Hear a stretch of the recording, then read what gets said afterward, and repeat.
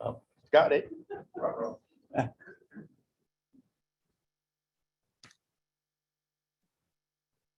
Well, thank you for coming out tonight.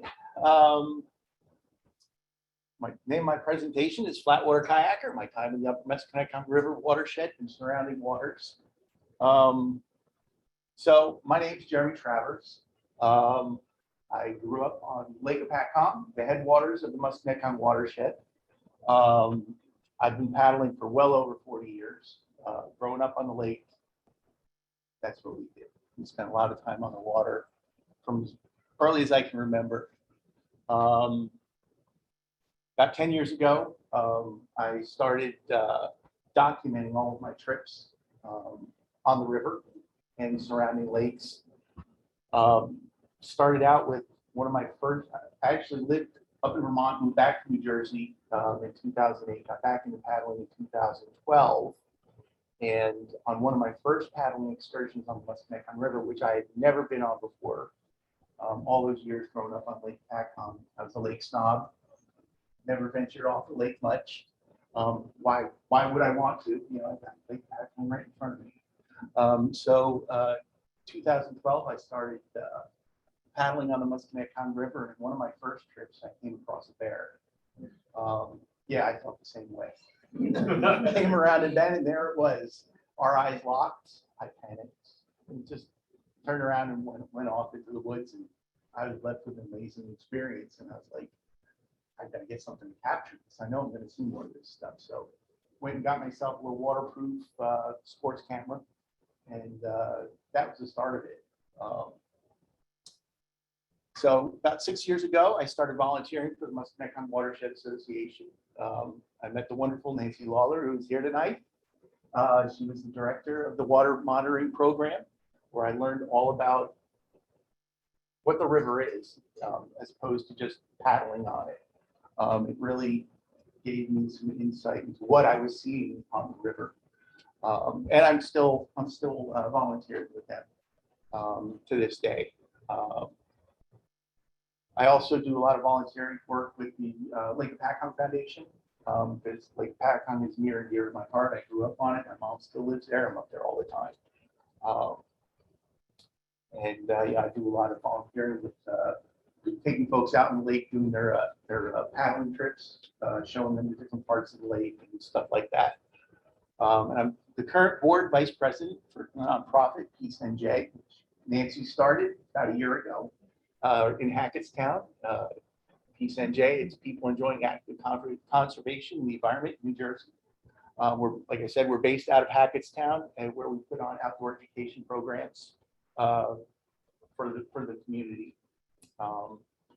This past year, we got a grant to do a fishing program for kids, and it was highly successful. We had a lot of kids come out and taught them about the river and about fishing.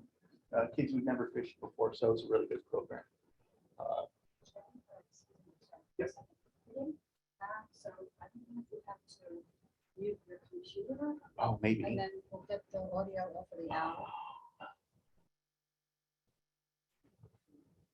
There's got to be one on the computer.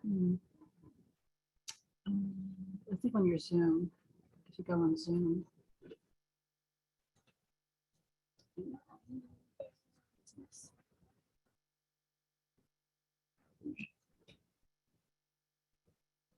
You know what? Exit out of the slideshow, get back out of that, because you need to get up to where it says mute. Oh, actually, It'll do it now. yeah. There you go. There you go.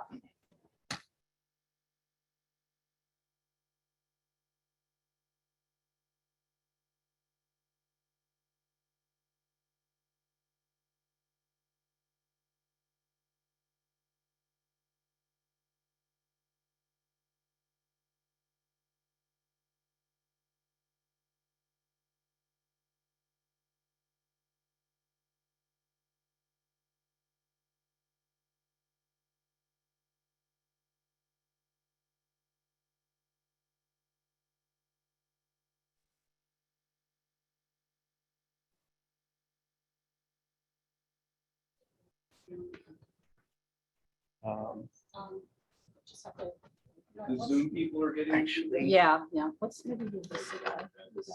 Let's do that. They should mute this. How about now? Can you hear me? I muted the computer. Yes, I heard you. Everybody can hear, okay. Okay, I great. muted the computer. Okay, great. Thank And you. there's no feedback? No feedback and you're a lot clearer than earlier. Okay. great. Perfect. Thank you. Thanks.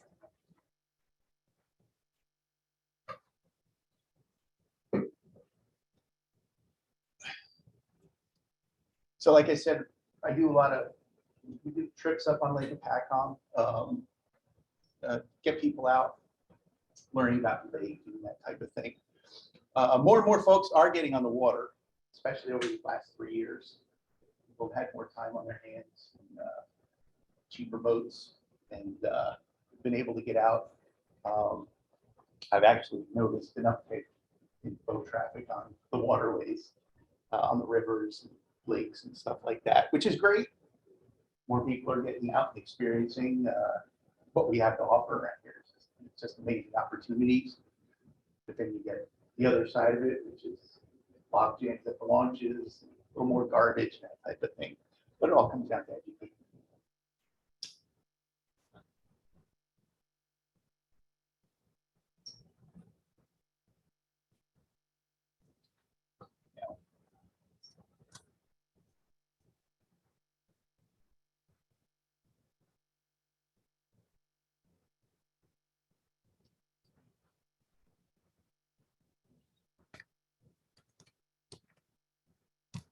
Okay. Froze up on it. It looks like it. Something happened here.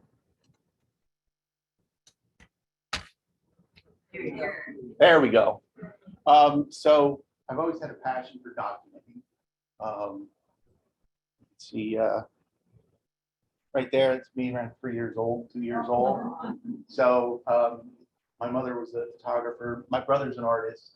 And he actually made an interesting observation not too long ago that, you know, him being an artist, crazy journalist, he's always writing things down, documenting his experiences.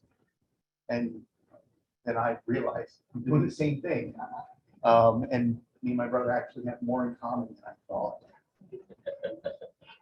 But it's just a passion of mine, and I just have this need to share my experiences with everybody. And by doing that, hoping that'll inspire others to get out there and have their own experiences and capture their own experiences and share those, like the old shampoo commercials, and they tell something, and so on and so forth. How I got into paddling. So I had a childhood friend whose family, that guy right there, Dave Gardner, started out taking his two oldest sons, got 5 sons, on canoe trips on the Delaware River back in the 70s. And that evolved into doing canoe trips all over, doing class 3, class 4 rapids. And I was best friends with one of his younger sons. And I would hear about these stories of their kayak or canoe trips. I always wanted to go on one, but they were only for family. And I wasn't family, so I couldn't go.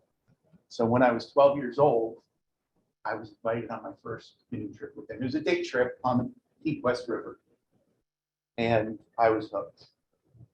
And ever since then, I've been going on day trips with them. We would do canoe trips down in the Pine Barrens, weekend-long trips. And he's going to be 88 next month, and he leaves Sunday for Florida with his kayak, and he's kayak fishing down warm weather.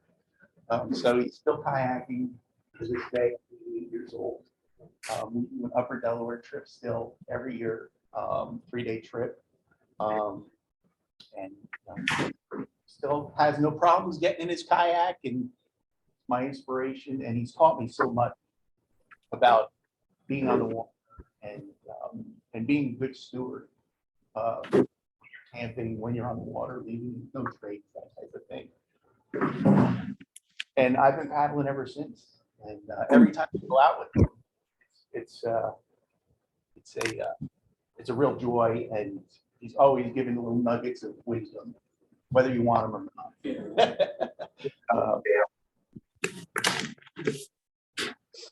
Why I paddle? Paddle opportunities in the area. Paddle the Musconetcong. Yeah, Musconetcong is a great place. Rod.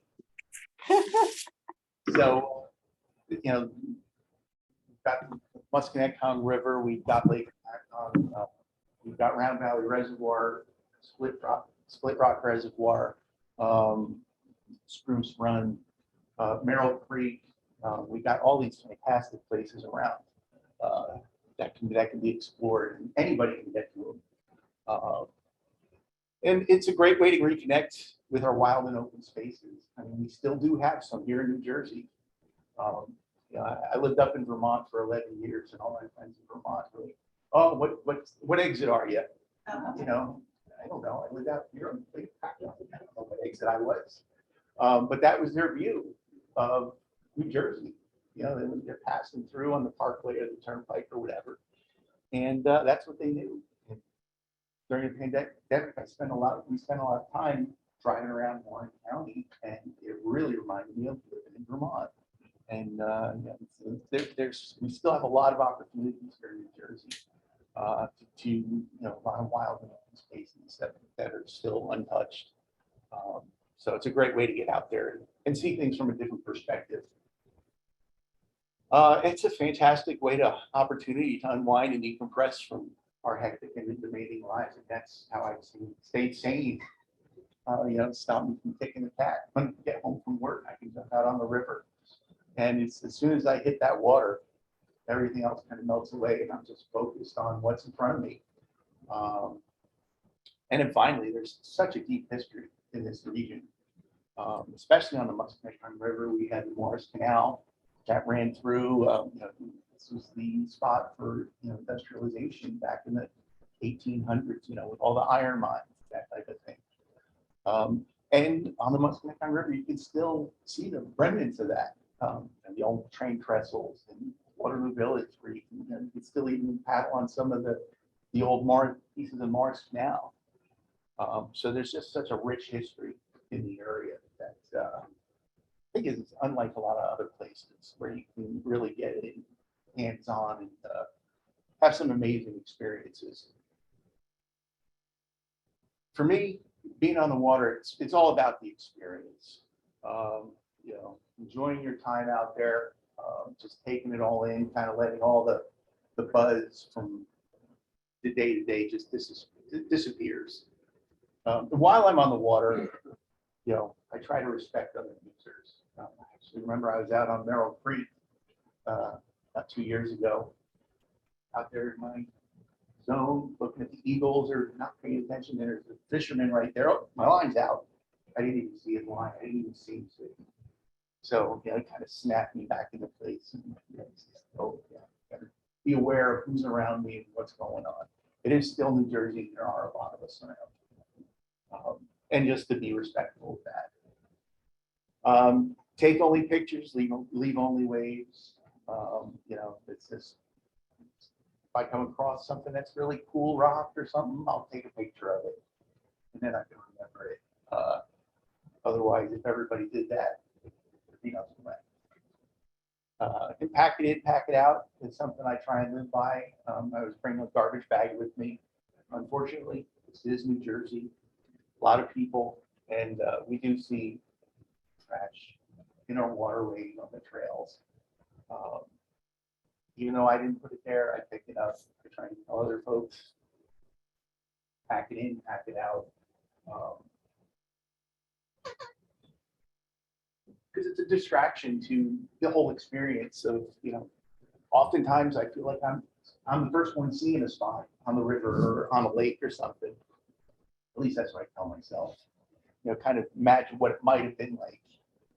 And when you come across a piece of garbage or something like that, it's just kind of, you want to make everybody's experience as special as possible. You want to be respectful when observing the wildlife and the flora. You don't want to get too close to animals. Sometimes you come up on them. But, you know, I'm taking my pictures, I got a big lens. For me, it's just capturing that moment in time. And, so you just want to be respectful.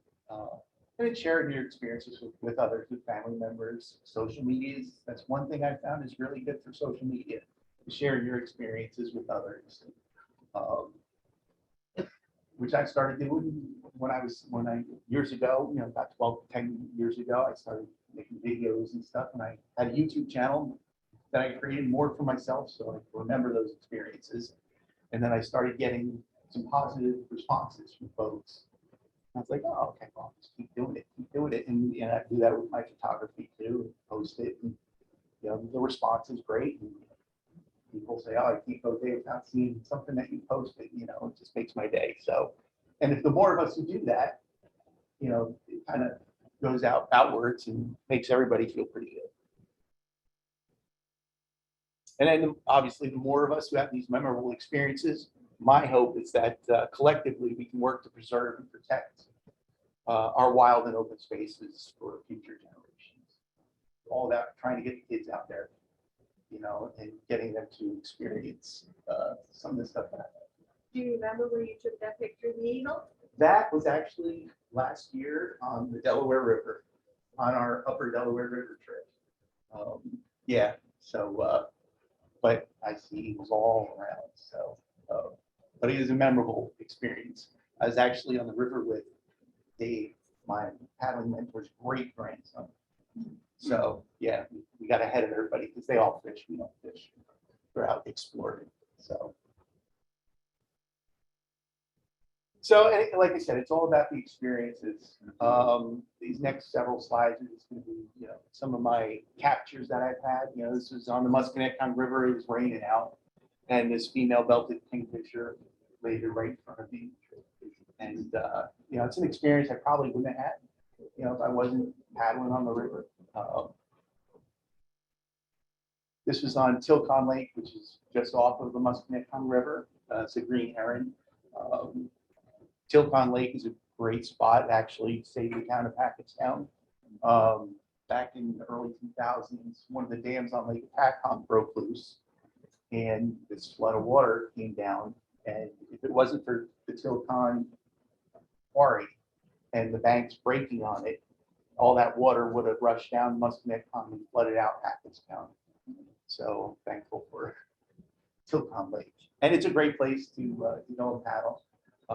It's got a launch that you can walk into, and it's pretty deep too, and they do stock it with laylock salmon and lake trout. So it's a pretty good fishing spot as well. This was an early morning paddle on the Musconetcong, and this great blue heron just kind of passed by me, and right place, right time, good lighting, and a memorable moment for me for sure. This was on Lake Hopatcong. I was sworn to secrecy by some of my fishing friends that I don't give the location. I was out on the lake. It was in the fall, I think 2 years ago, and I saw these fish breaking the surface. And next thing you know, I saw them popping up, and carp. They're just popping up all over the place. I did blow this one up a little bit, so but you can see the scales on it and stuff. But again, you know, it was amazing. I'd never seen it. I grew up on Lake Hopatcong. I'd never seen anything like that. And my good friend said, "Don't tell anybody where that is." But again, you know, it's an experience that you otherwise wouldn't have if you weren't out there with your kayak. It's one of my favorite pictures that I got on the river. This is actually one of the bends on the river, and I just love the way the canopy kind of frames that great blue heron in the reflection. And again, it's just these are the moments that kind of just melts my stress away. Just I can't get enough of it. And then you have these moments where it's just so random. You know, this turtle was sitting on a log and this butterfly just came by and landed on it. And I just happened to look over, and there it was. And again, it's having these amazing experiences, being able to share them with people and maybe drives them to get out there and have their own. This was, I think this was last year. And any time of the year on the water, you get different colors and the faces of the bodies of water are constantly changing. This was in the fall, so maybe November. So all the leaves were off, everything was kind of dying back. And I looked across the river and there's like a little cove and there was this heron that was just kind of sitting in the water. And I was probably maybe 20 yards away. Then it took off and I just started clicking. And again, right place, right time, perfect water conditions. You don't get that glass, all the time. Yeah, I ended up with this amazing shot. So I was actually this past summer. I was up paddling on Lake Hopatcong in Andover. I was always paddling towards the back end of the lake. And there's a couple houses and stuff, and I heard this rustling. Thought it was a squirrel. And sure enough, this little black bear comes, there's a driveway that he was walking down. There's a couple summer homes there. And he just didn't even know I was there. That's the point where he spotted me. And just looked at me for a little while and kept moving on. So, again, having these encounters with these amazing animals is something super special for me. So again, I take a lot of pictures, and I use a Canon camera and a Canon lens, and I've upped my game in my pocketbook as well. But I took this, I think it was one of my first years out, with a little sports camera, a little point and shoot. And, I still have people comment, and all I did was I saw the feather there, I just put my hand down and snapped the picture. So you don't need big fancy equipment or anything to get shots like this. You just have to be open and aware. And it doesn't cost a lot.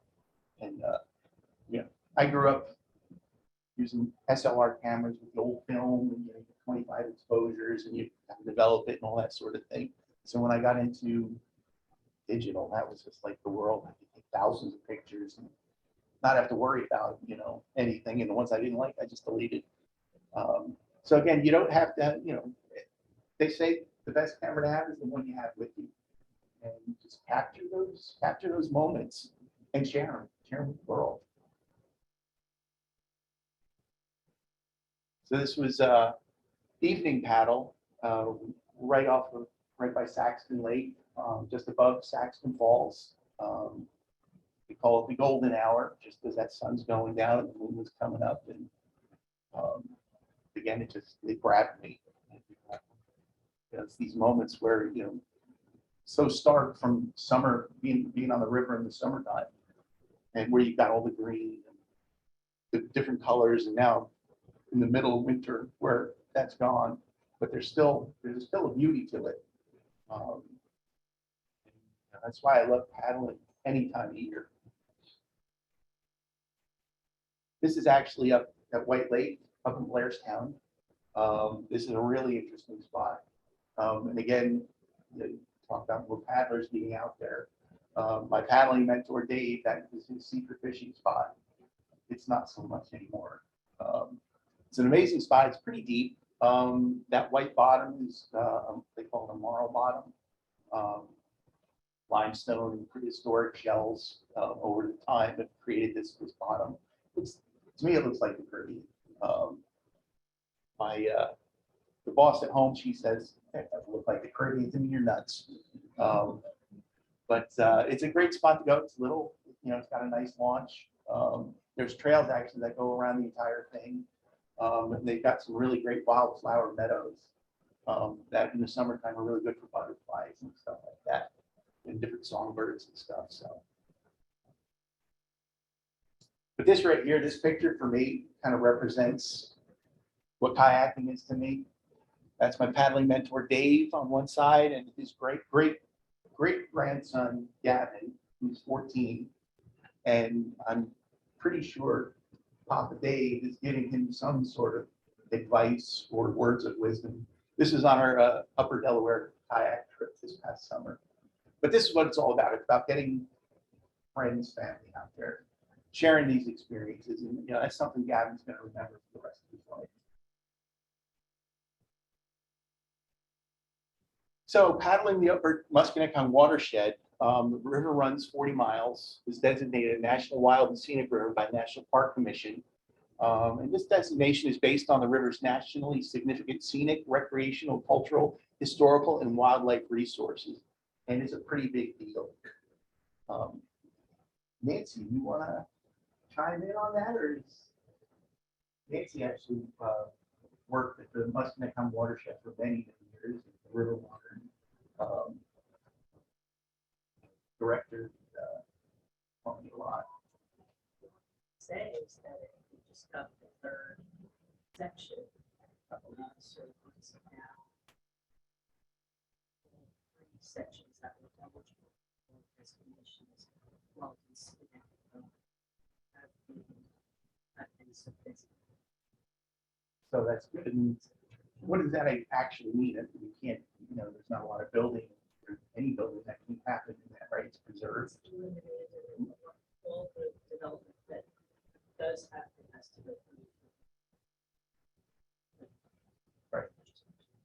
So again, you know, it's just another, there's a lot of little groups like the Musconetcong Watershed, Sierra Club that are working hard to preserve these wild and scenic areas. And it's really important, especially here in New Jersey, that we keep those, especially in Warren County, Hunterdon County, because we do have a lot of it left.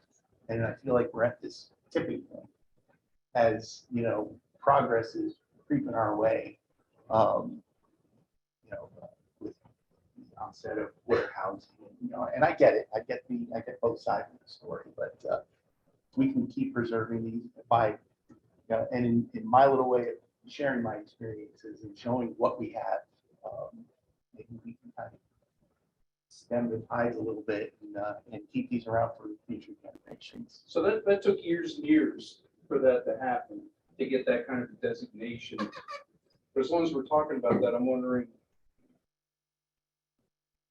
is there maintenance to maintain that designation, or once you have it, you have it? Nice. Excellent. And I know they're trying to do that with the Rancocas Creek down in South Jersey. They're having some problems with it, but like you said, it took years and years. If I could say something more about that particular designation. The designation of the Musconetcong is very unusual. Multitude of rivers run through affected lands, but a small number of multitude rivers run through the public economy, and they're in a special designation. So the Musconetcong is special as well as it's managed by local.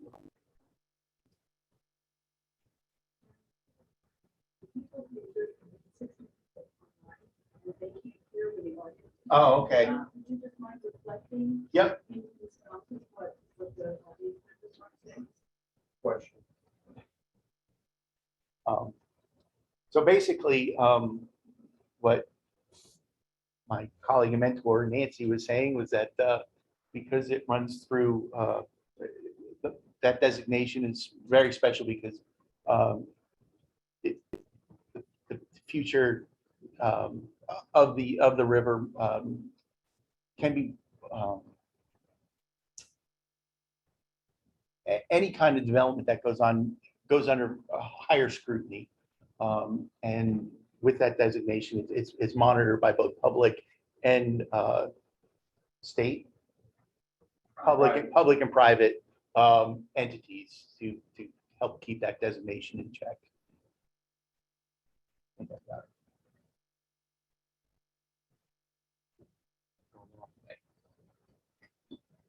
So I start off on Lake Hopatcong because that's near and dear to my heart. It's the headwaters of the Musconetcong River. It's New Jersey's largest lake. They've actually just put in, installed, because Lake Hopatcong is part of, you know, the water trail system that is the Musconetcong River, because it is the headwaters. And they just put in a couple public access points. This is Ashley Cove Boat Launch, which is on the northern end of the lake. And it's a great spot to, and it's a great spot to go because it's on the northern end of the lake, there's not as much boat traffic. That's one of the big problems with Lake Hopatcong. It's because it's the largest lake, there's a large population on it. It gets pretty hairy. I don't go out on it on weekends.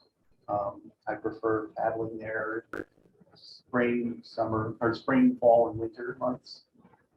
Summer can get pretty crazy, even in off hours. If you get out there real early, you might be able to get some nice water time in.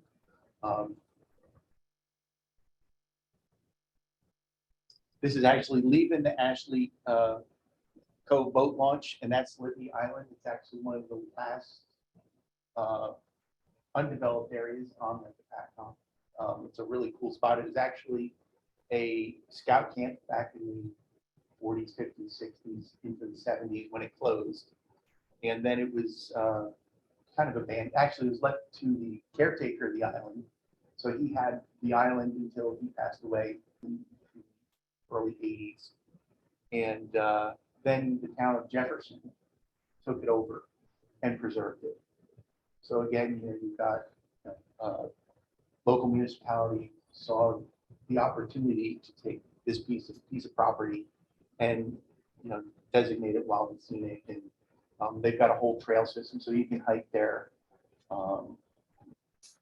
That's the island in summertime. I think there are nesting eagles. Nobody's found the nest, but I've heard them. Seen eagles flying around there. So about 3-4 years ago, maybe a little longer than that, they put a bridge in off one of the trails going out on the island. Me being a local boy, I saw that and I was very distraught. But then that was the emotional side of me. Then I thought to myself, well, this is going to bring people who normally couldn't get out to the island and explore it out there now. A good friend of mine who's been duck hunting out there since the 70s. And recently he was telling me that the trail committee there put a scenic area that right at his blind, his duck blind. So he wasn't too happy about that. But this is how I preferred it. This is during the last big drawdown on Lake Hopatcong. I think it was 2014. There was like a natural bridge when the water was dropped. And it's all cobble, which I thought was pretty cool. You know, you only saw it when the lake level was brought down. Other than that, you could paddle right through there. That's my kayak over there on the island. So there were certain times of years where you could walk out to the island. But, you know, the town put this nice walking bridge in. Now people can go out there.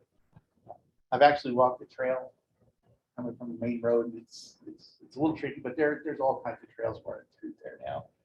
Can you get your kayak underneath it? Yes. There you go. Yeah, I know. Life goes on. It does. It does. And, you know, and for the better, you know, more people can get out there and see what's out there. And it's pretty cool because there are some ruins from the old scout camp and stuff like that. I think the same trip out there paddling on Lake Hopatcong, this osprey flew by on some nice fish. And at Liffey Island, you get all kinds of different ducks. This is a female wood duck. And again, I grew up on Lake Hopatcong. If anybody's familiar with it, I grew up on Birches Island, where the old amusement park used to be. And that main part of the lake there, that's where we went.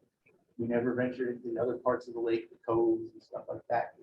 why would we? This is the best part of the lake in our eyes.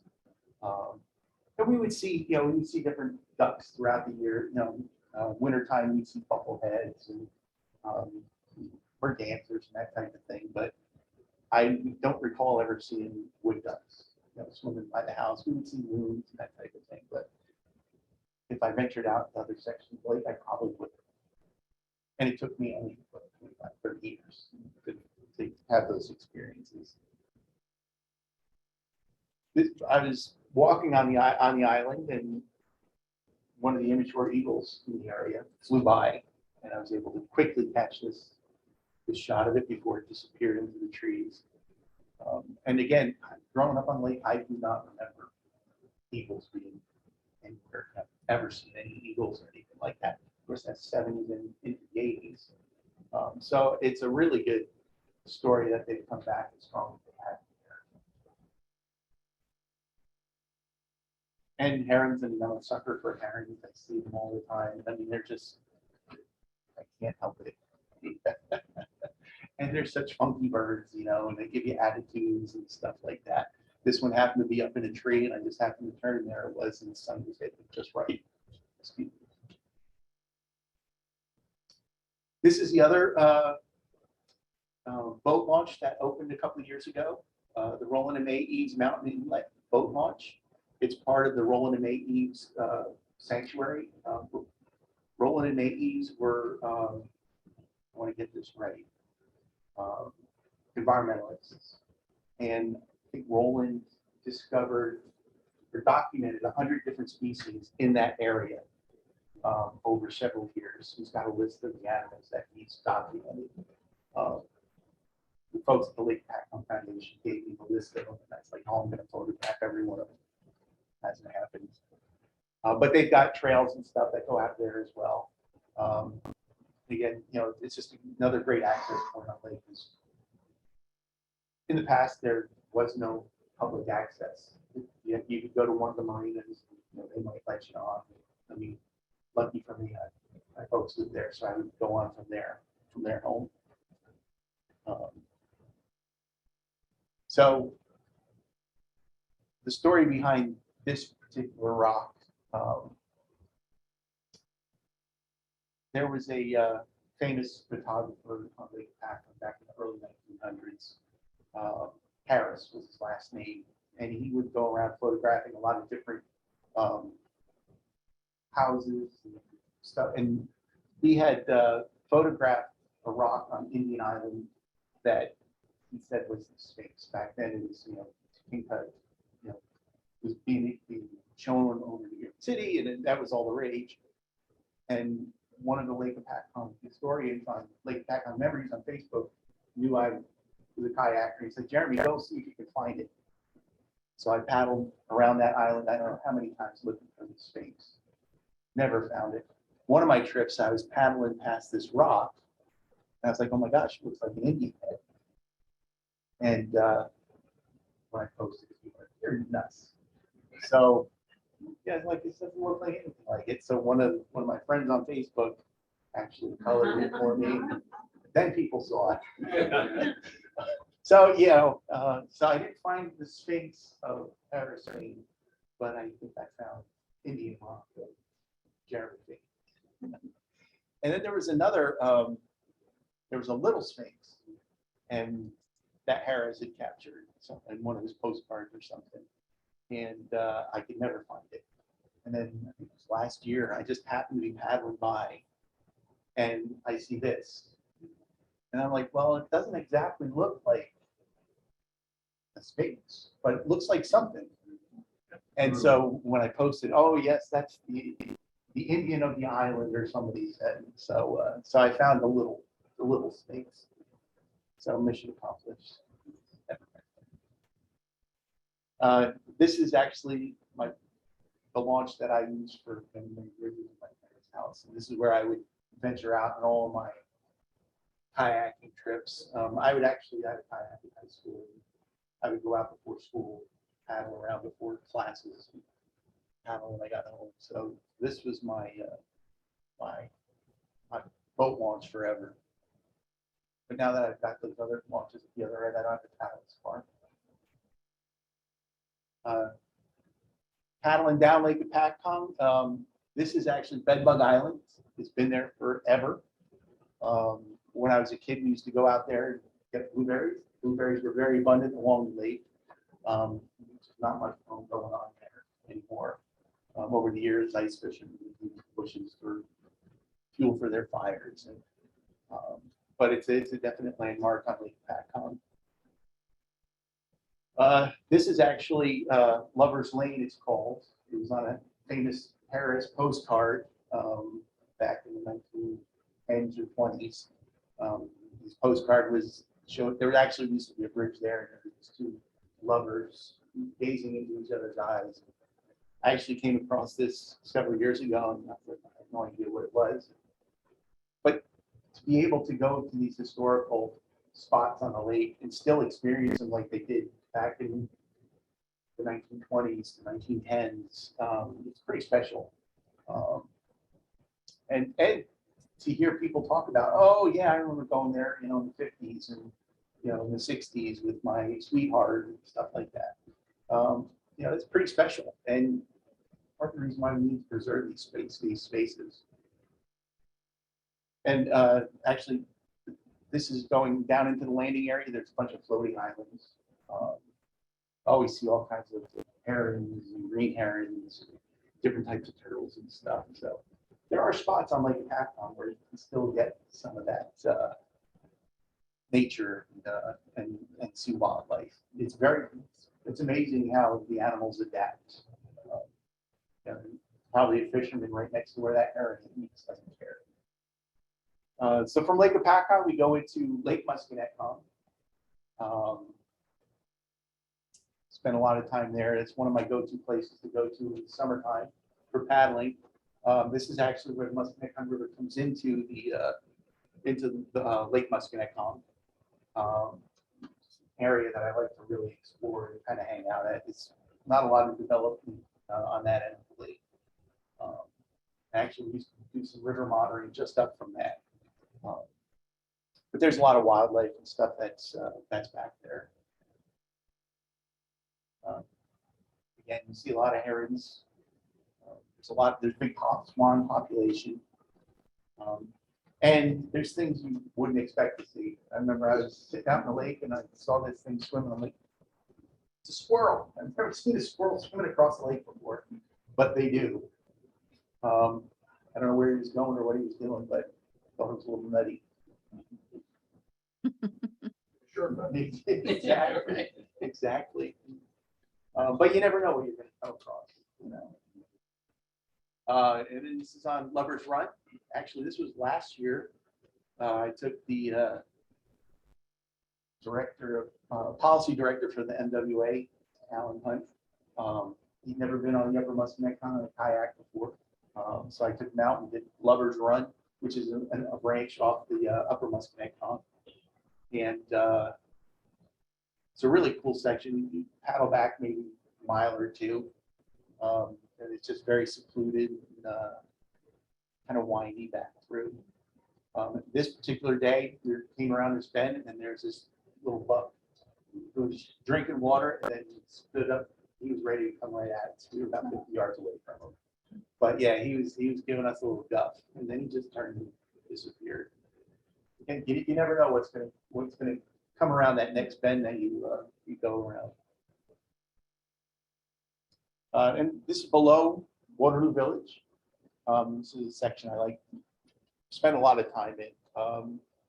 You can see the dam from the lake, Waterloo Lake right there. This section gets really shallow.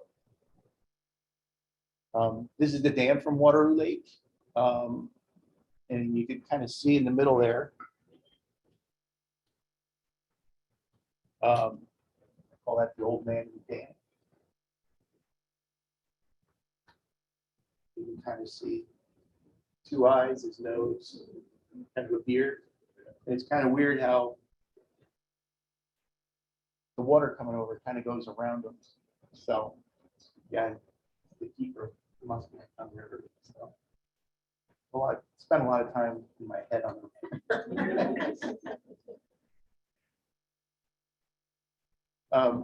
So this is an area, it's a section right next to Tilcon Lake on the Musconetcong River. I call the Musconetcong Lagoon. This is actually was created when that dam broke loose from Lake Hopatcong. Kind of a figure eight of water, so to speak. And again, I thought I was just taking a picture of a turtle on a log. And then I got home, put it on my computer. I'm like, oh, okay, it's 2 turtles. There's a big snapping turtle. There's a lot of snapping turtles on the river. They'll come up and bounce my boat and stuff. But again, encounters like this that keep me going out there. This is out on Tilcon Lake. It's an amazing spot. I was actually out here last year. It's all by myself. This little plane comes down the lake, drops to maybe 6 feet off the water, flying right at me. I said, "What is this guy doing?" At the last minute, he pulls up. I'm sure he got a good laugh. I didn't. And this is actually getting over from the water from the Musconetcong River. There's a little portage that you can get to from the Muskie Lagoons, and it's maybe 20, 30 feet over that. It's the easiest access for me, as opposed to going in. There's another access point on one of the roads. You gotta drag your kayak in, and it's a pain. Again, oftentimes the lake is like glass. There's not a lot of boat traffic. There are, it's a good fishing spot. A lot of coves to explore and stuff like that. You got these, I call them tree arches. That separates. There's an island. Lots of little islands and stuff. Because it was an old quarry, so there's a lot of interesting landscapes and stuff like that. You go back out onto the Musconetcong River from Tilcon. A lot of fallen trees on the Musconetcong River. This one, sometimes you can paddle under it, sometimes you can't. I was actually out doing some river monitoring. We were doing the pad monitoring last year, and the river was running high, and I wasn't paying attention. And when I went under that log, it was much higher. It was probably maybe a foot and a half space, and I didn't get back far enough. I got stuck in the upright position, and the current took my boat and just flipped me right over. I hadn't flipped my kayak since 2016. But the water was shallow enough, I could open my arm out. My camera didn't get wet, but I did root a monitor for the MWA. That's an awkward thing for it, but they said, don't worry about it. There's a couple landmarks that I named myself. This is actually going upstream. I call this Pyramid Point because it looks like a pyramid. That's from this angle with the reflection. And this is actually at the mouth of what I've been told is called Shit's Creek, which is a little tributary from that goes into the lake or into the river. It's actually pretty interesting. It's a series of ponds that go back probably a couple miles. And when we were doing our PAT monitoring, what the river quality director kind of saw with our data that we found was that section of that little tributary kind of acts as a lung for the river. So everything kind of flows in there and it kind of gets filtered and then comes back into the river itself. So it was a pretty interesting little observation, just an interesting aspect to some tributaries on the river. There is somebody who lives in those woods as well. That's some encounters with a very interesting guy. I'll leave it there. The river is really unique because there's a lot of transitional phases to it. You got your narrow, winding river, and then here it kind of, you go past these trees, and then it kind of opens up again, a little bit. And you got some couple houses right here on top to the left or to the right. And then you get to this section of the river, which I call the flats, where it really kind of opens up, and you've got these floating islands and marshlands.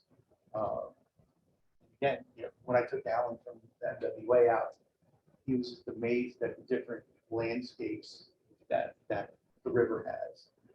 just above Waterloo Village as you're paddling down towards the village, you've got these marshy areas, and then on one side you got Alamucci Mountain with these rock faces that just jut out.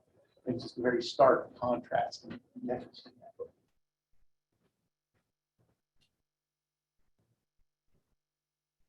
And, you know, like I said, seasonally, the river changes. It's constantly different.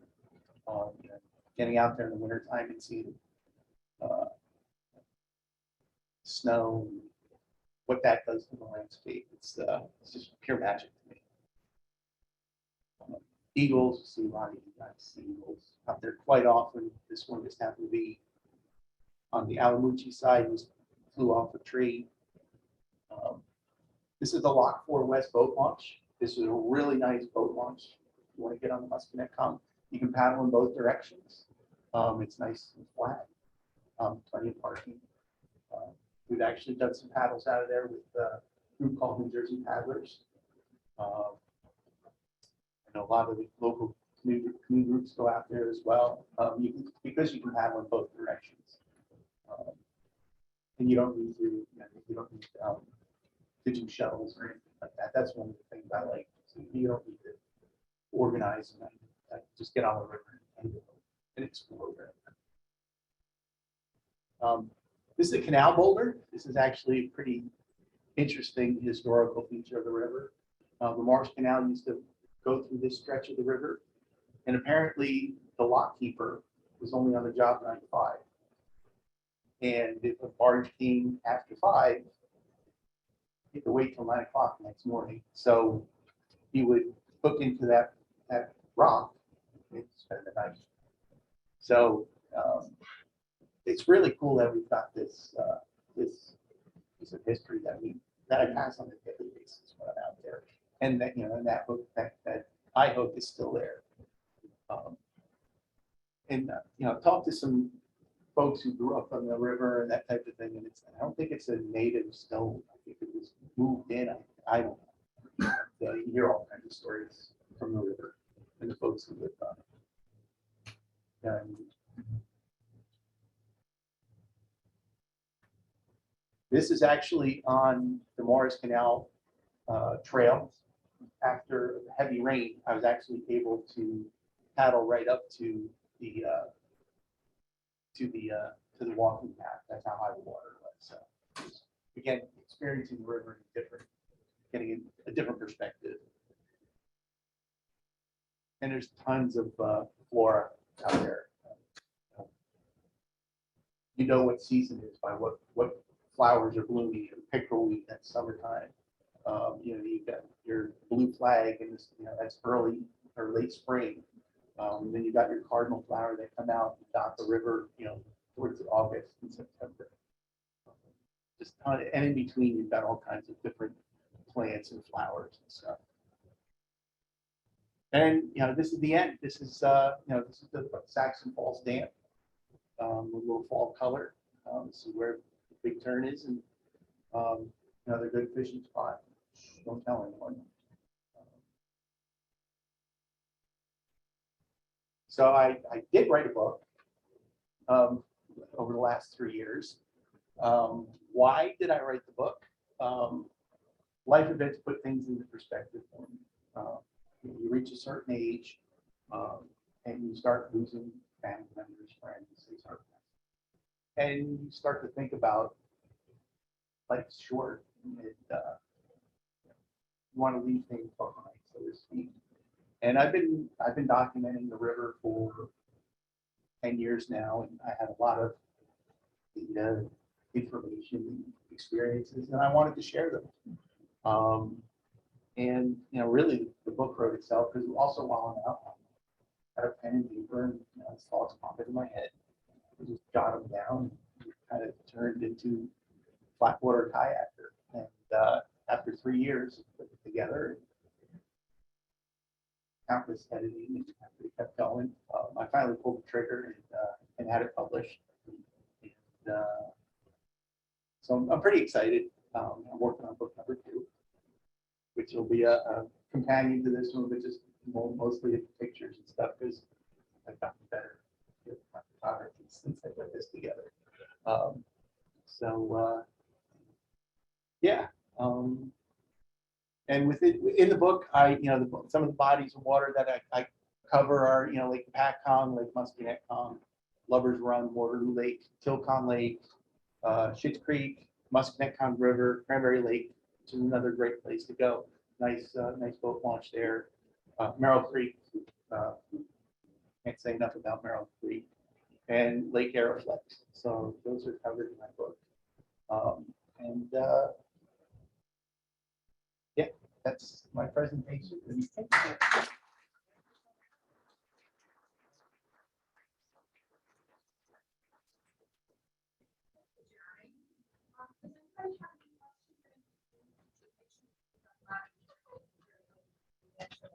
Okay, I'll do my best. Does your book have launches and where you can get in and out? It doesn't. It's not like a how-to kind of guide. It's more of a, my experiences and what I've some thoughts and pontification. And a lot of my photographs. So I like how you have the photographs of, but I look for a little map, like where is he actually talking about? So right. like if you ever had a little map to go up and say, oh, this is on that point.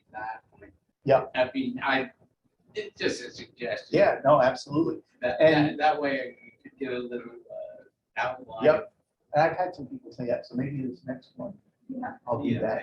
Maybe. But these are some really good resources as well. Flatwater Kayaker, that's one website. NJpaddlers.com is another good one. He puts on a lot of meetup paddles all over the state. It's run by a fellow named Brian Garcia. He's an interesting guy, young guy in his late 20s. He's been doing a lot with the kayaking community in the state, working with a lot of organizations and kind of stuff with NWA. Done a lot with East NJ. So that's a good one. Paddling.com. That's another good website to go to. They got maps and that type of thing. And then Great Waters, New Jersey. That's something that's kind of been done with Alan Hunt with NWA, a couple other people put together. And that's got really good maps of the whole Musconetcong Water Trail. It's got all the launches and that type of thing. So that's a really good site. But yeah, I definitely want to. Actually, I think my brother said, why don't you put a map in there? Yeah. But that's my brother. I don't listen. Maybe I should.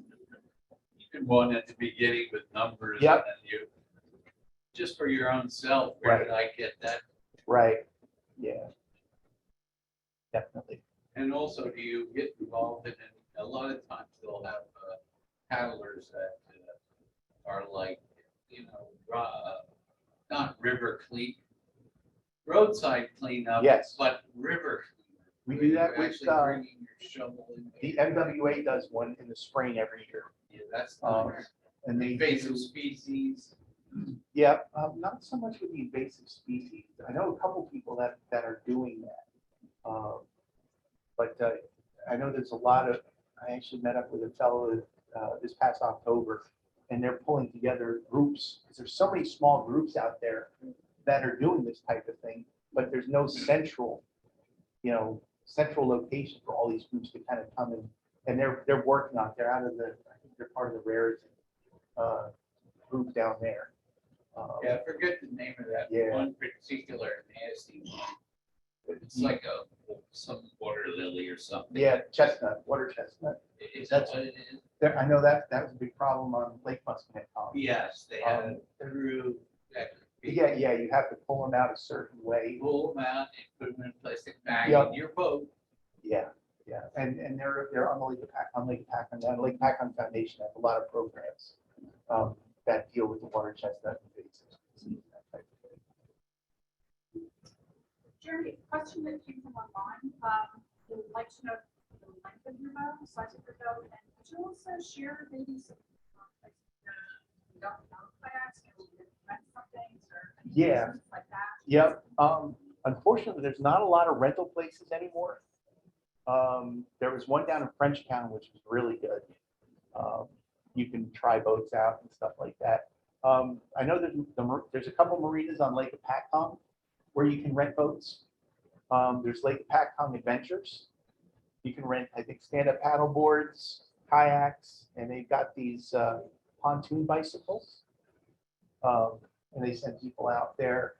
If there's anybody on the rivers or locally around here that's renting them. I know Ramsey Outdoor in Ledgewood, they rent kayaks. But yeah, that's a problem. There's a place down in Brick that was really good too, but they closed. They may rent them there. What is the size of your boat? My boat's 15 and a half, 14 and a half feet. Yeah, it's a bit longer. It's good, for lakes, rivers. I've taken it out in Cape May on the bay. But is it a lake kayak? Is that how it's built? Because It's- that's a well, lake, that's like yeah. a Congo, that's like Yeah, a lake yeah. kayak. Yeah, his is about, I think, 12 feet. Yeah. Yeah, it's in between a touring and a recreational boat. I only get plastic boats because I'm so rough on my equipment. Be nice to have like a nice fiberglass kayak or something, but it's not for me. I'm Do just, you recycle, I suppose? I haven't gotten to that point yet. I know, Um, they never wear out. Yeah. I still have my tandem from 10 years ago and it's still going strong. And you take care of them and you can refinish them, and even the plastic ones. And also one other thing you might want to say, the transport of boats between, let's say, a lake and Yeah, you Gotta definitely clean want it. to, you want to clean it off. beach. Yeah, a bleaching water and scrub it down. It's funny because in New Jersey, we don't have boat cleaning stations at boat launches. No. But like even in Vermont, we had them. Lake New York- George has them, Yeah. and they're free, I think. Right, yeah, just to, actually, I've been down on the Navesink River, and they have them there, but that's probably for the salt water. But yeah, it's not a real prevalent thing. If there's a particular problem they're having in the Adirondacks, they really take that serious. Oh, yeah. This is more for a question about, I guess, it's about the river associations. Is there any efforts, so not only educating on public, but perhaps trying to curb the use of pesticide, not just pesticide, I mean, the algae blooms, the fertilizer. Yeah. Oh, there is. Yeah, question was in reference to, what are the local organizations doing to stem off the harmful algae blooms that have been popping up in the area. I know the Lake Hopatcong Foundation is doing a lot. They're working with local municipalities. Some of the municipalities have mandated pumping septics that do, the towns that still do have septics, pumping septics every 3 years or something like that. I know the town I grew up in, Mount Arlington, when the amusement park went away, condos went in. I guess one of the good things of that was that they put sewers in town, which really helps stave off the harmful algae blooms. They're educating residents about what you're using on your lawns. We're doing, the NWA is doing monitoring the water quality for harmful algae blooms. We just started it last year, so they just finished year 2. So they're building a database. So I've seen several different lakes. They're starting to put in these floating islands to kind of help absorb some of these runoff situations that are bringing in, feeding those harmful algae blooms. Perhaps people, particularly professionals, if they want to have, put on fertilizers on lawns, golf course lawns, permit fee, and you have to pass a test really understand the harm it does. Right. Yeah, and I mean, Lake Hopatcong, I think it's 2019, they had the big one on the lake that shut the lake down. They've always been there. I remember as a kid, you see the lake turning that oily green, and we just wouldn't go in it for a period of time. I think people are more aware about these things now. And that's half the battle. Costs a lot of money, and I think people saw that with the shutdown of the lake and how it hurt businesses. It's in everybody's best interest to keep that water quality in tip-top shape as it can be. So there are groups that are working together, and the NWA, like Hopatcong Foundation, are working together. So there are groups that are working towards it. It's all about education. Past, like when I was growing up, just unaware, and now there's much more awareness on what's going on in the environment. So, Thanks, Bruce, for that coming up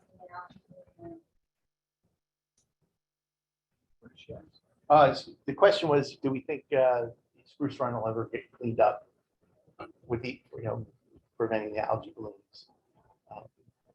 I'm not sure. I'm not as familiar with Spruce Run on the other end, but yeah. No, but yeah. And again, from what I found too, it's a willingness of the public. What are they willing to do to, I know up on Lake Hopatcong, when businesses shut down, that got people moving. When it was affecting their pocketbook, that's when you start to see things happen. So, Spruce Run, I'm not sure. I think what Nancy said before about the Musconetcong and its designation that it has now, and it goes through public and private lands. And I think they're working hard for the public lands where their septic systems and sewage is going into the river, is to talk to those people, the landowners, whether it be, herbicides or septic, to get their cooperation to help maintain, what they have. Right. And they don't know there's a problem, but your Exactly. river monitoring finds it. Exactly. That's part of what you've done. But again, it's all education. Yeah. And cooperation eventually. Exactly.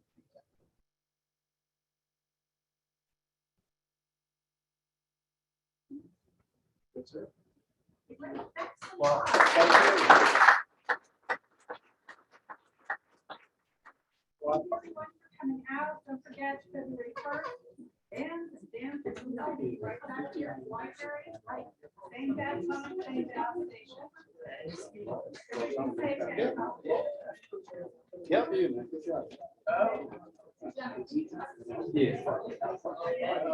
For love.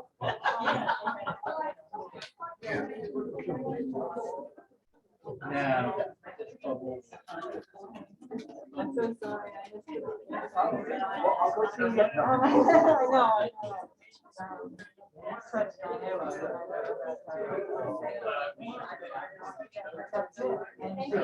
Thank you. Thanks a lot. I know.